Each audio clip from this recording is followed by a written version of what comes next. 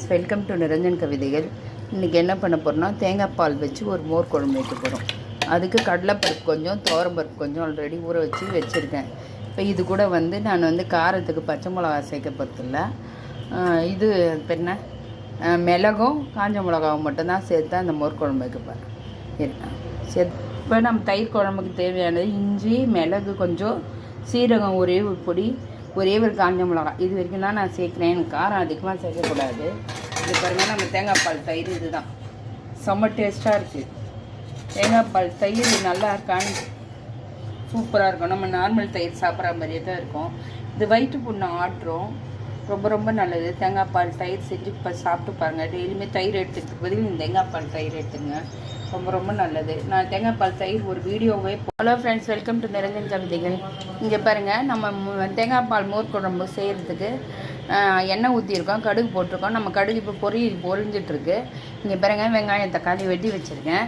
இவ்வளோ வெங்காயம் இவ்வளோ தக்காளி போட போகிறதில்ல. இதில் பாதி கொஞ்சம் வெங்காயம் தான் நான் போட போகிறேன். இது நான் கொஞ்சம் காளான் பரட்டல் செய்யறதுக்காக இவ்வளோ வெங்காயம் கட் பண்ணி வச்சுருக்கேன்.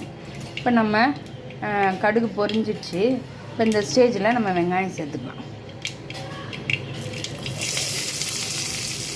வெங்காயம் சேர்த்துக்கலாம்.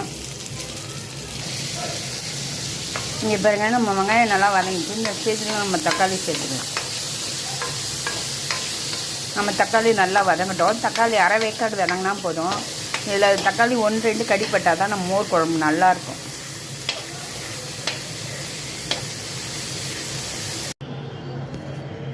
இப்போ நம்ம தேங்காய் பால் மோர் குழம்புக்கு தேவையான வெங்காயம் தக்காளி வதங்கிடுச்சு. இதுலேயே நம்ம பூசணிக்காய் வேக வச்சுருக்கோம். வேக வச்ச பூசணிக்காய் எடுத்து ஊற்றிக்கிறோம்.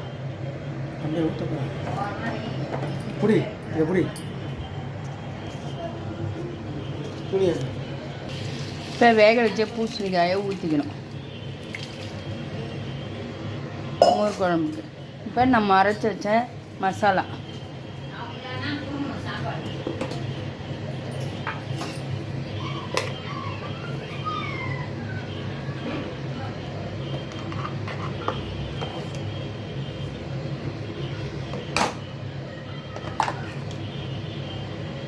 அரைச்சி வச்ச பருப்பு, இதை நல்லா சேர்த்துக்கணும்.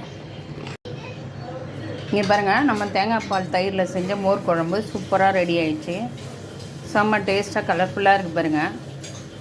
நம்ம தேங்காய் பால் தயிரில் செஞ்சனே சொல்ல முடியாது, அந்த அளவுக்கு சூப்பராக பூசணிக்காய் போட்ட மோர் குழம்பு ரெடி ஆகிடுச்சு.